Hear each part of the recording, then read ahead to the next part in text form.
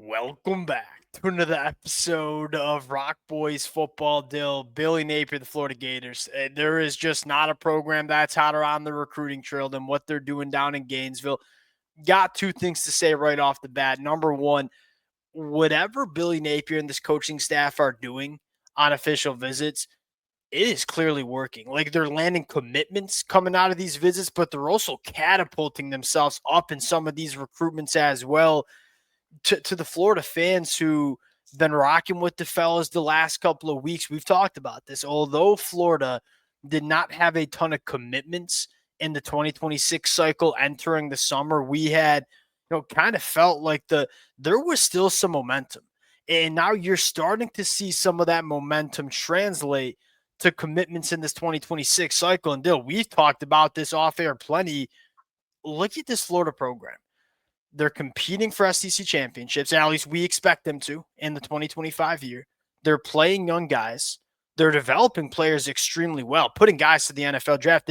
This, to me, is a program that is checking all the boxes. And we look at this 2026 cycle and say it has the chance to be pretty damn good. And you're starting to see the ball start to roll. And we all know how this game works. Get a little bit of momentum. Things start falling into place pretty damn quickly.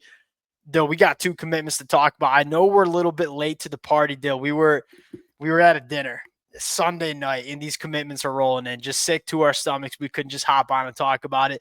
Two kids that I'm fired up to talk about: wide receiver Justin Williams, offensive tackle Chancellor Campbell. I'm fired up to get into it. Before we do, and as always, to the Florida fans, and especially the Florida fans that have been rocking with the boys in the dog days of summer. There's been a lot of Florida fans who've shown a ton of support over the years to us as we talk the recruiting trail. We can't thank you guys enough. Appreciate y'all. If y'all do enjoy the content, consider subscribing to the channel. Without further ado, let's get into Justin Williams. Now, I'm sorry I've been talking a decent amount right off the rip. I got one more thing to say, then I will give you the T-box here. Justin Williams is the first player in the state of Florida in one season to run for 1,000 yards, to catch for 1,000 yards since 2002. Who was the player last to have that stat line? It was Devin Hester. You talk about dynamic difference makers with the football in their hands. It doesn't really get much better than Devin Hester. Justin Williams in very good company. You read that, then you turn on the film. Say, yeah, it makes sense. This kid is an absolute dude with the football in his hands.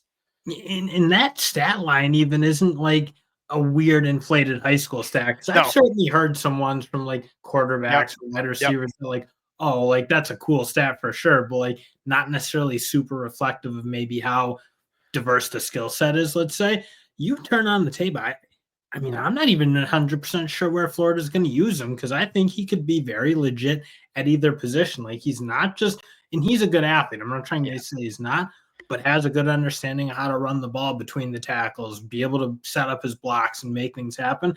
He also has really legit ball skills down the field. So he's a guy who, like, that stat line, I think, is very indicative of a very unique talent in terms of what he can do. It's the it factor with the football in his hands, and that's not to take away from the long speed or the short area quicks and making people miss. He gets it. He has that it factor.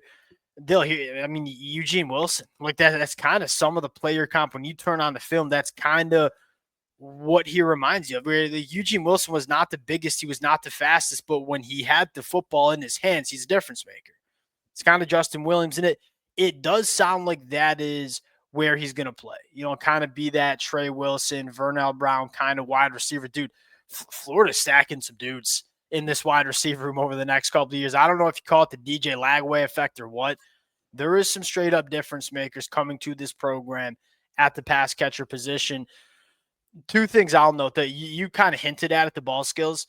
It's like freaky. It's like everything just winds up in this kid's hands. I like to see a little bit more diverse route running from him and be able to create separation. But you turn on the film, say he's not the biggest pass catcher out there, but anytime the football is in the air, whether it's contested or not, he's tracking the football and making plays. The second thing I'll say, Billy Napier, as critical as I've sometimes been about Billy Napier as a play caller, he knows how to use these kind of guys, right? We saw it with Trey Wilson. I think we're going to see it with Trey Wilson once again. Really excited for the football player. Really excited for the fit in this Florida Gators offense. Dill, here's where it's about to get contested. Chancellor Campbell. And to the Florida fans, y'all know I like Chancellor Campbell. My brother, not as sold on Chancellor Campbell. Let me start. I'll give my elevator pitch. You can respond. We'll go back and forth. And I'll be clear. It's not like you don't like Chancellor Campbell. You just have more questions than I do.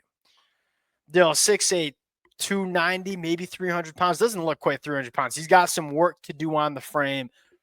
What stands out to me is the ceiling. And this is a enormous, enormous frame on this kid who I think moves very well for 6'8". I mean, you don't find many guys that are as light on their feet in the change of direction that Chancellor Campbell has. Now, there's a reason he's a 3-star.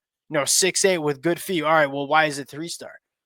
The physicality needs to get better. He needs to be a little bit more physically imposing. That comes from two ways. One, playing with better pads, which inherently is going to be difficult when you're 6'8", but also just getting a little bit stronger and filling out that 6'8" frame, which I think is going to happen. Here's the thing that makes me feel great about Chancellor Campbell. Dill, Florida's been elite at not only evaluating talent on the offensive line, but developing talent on the offensive line. I feel like they're one of the only programs across the country. Now, you can fact check me. They're not starting a guy on the offensive line this year that's a portal guy.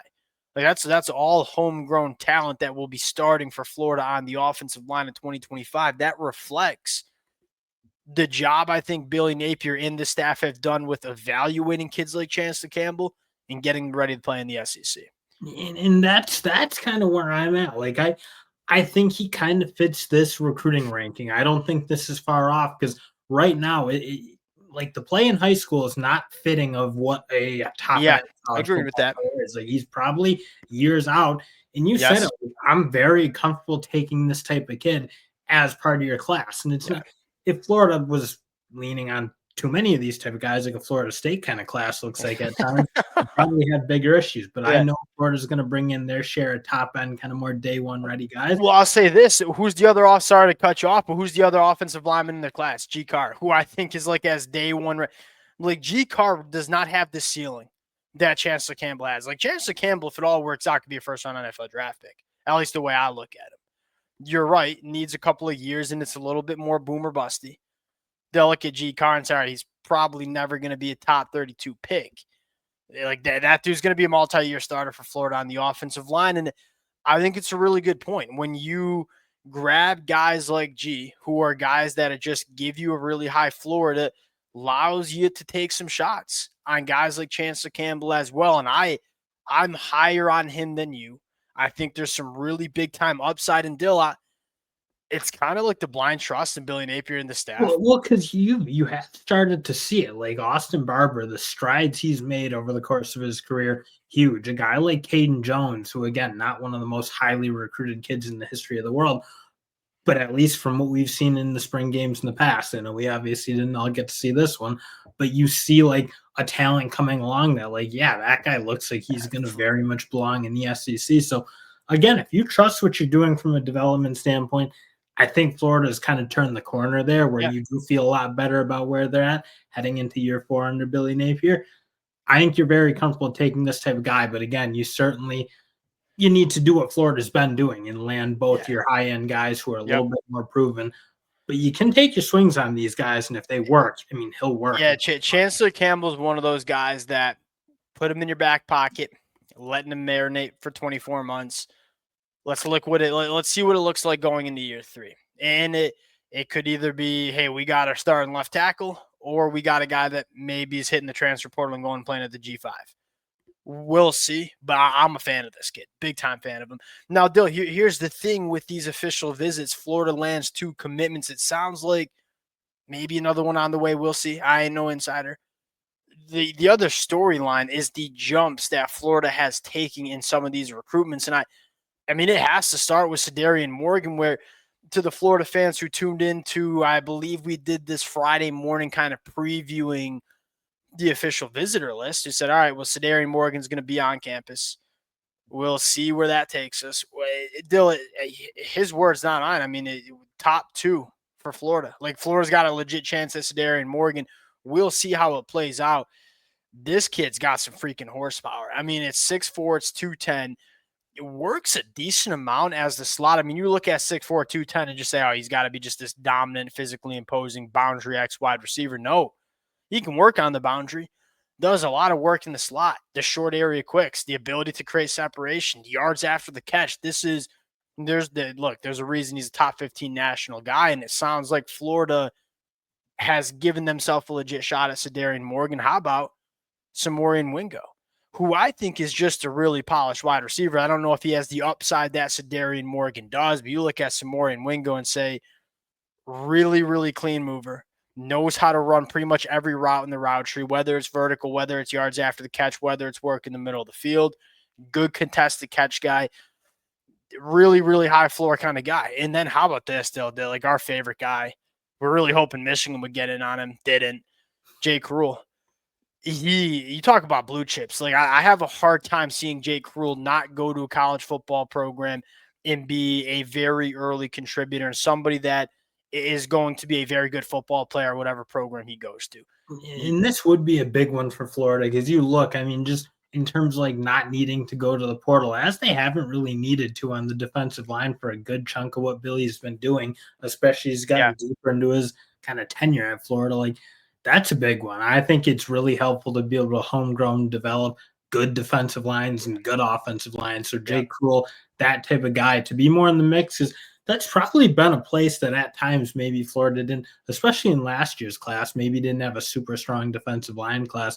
He'd be a big one to bring in this cycle and like kind of come out with a bang on that side of the ball. 100%. We talk about it all the time. If there's one position group to get right at the high score ranks, it's the line of scrimmage. Like, look, if you need a wide receiver, you can go get a J. Michael Sturvin, who's going to be a very good wide receiver for Florida. Like that. And that's not a shot at J. Michael Sturtevant, but there were a lot of kind of guys out there very similar to his level. They were kind of easy to go out and get. Finding guys who can be difference makers along the line of scrimmage, they ain't that prevalent in the portal until they're going for a pretty penny and everybody wants them. The best way to avoid being in that situation is just stack these bodies at the high school ranks, and Florida's done a solid job of that. And Dill, I love where they sit for a lot of these defensive linemen. I think KJ Ford was on campus today too, or this weekend, I should say. Vonnie Cleveland, Valden Stone, they have a very nice board being set up on the defensive line. We'll pause it there. Appreciate you guys rocking with it. If y'all do enjoy the content, consider subscribing to the channel, and we'll talk to y'all later. Peace.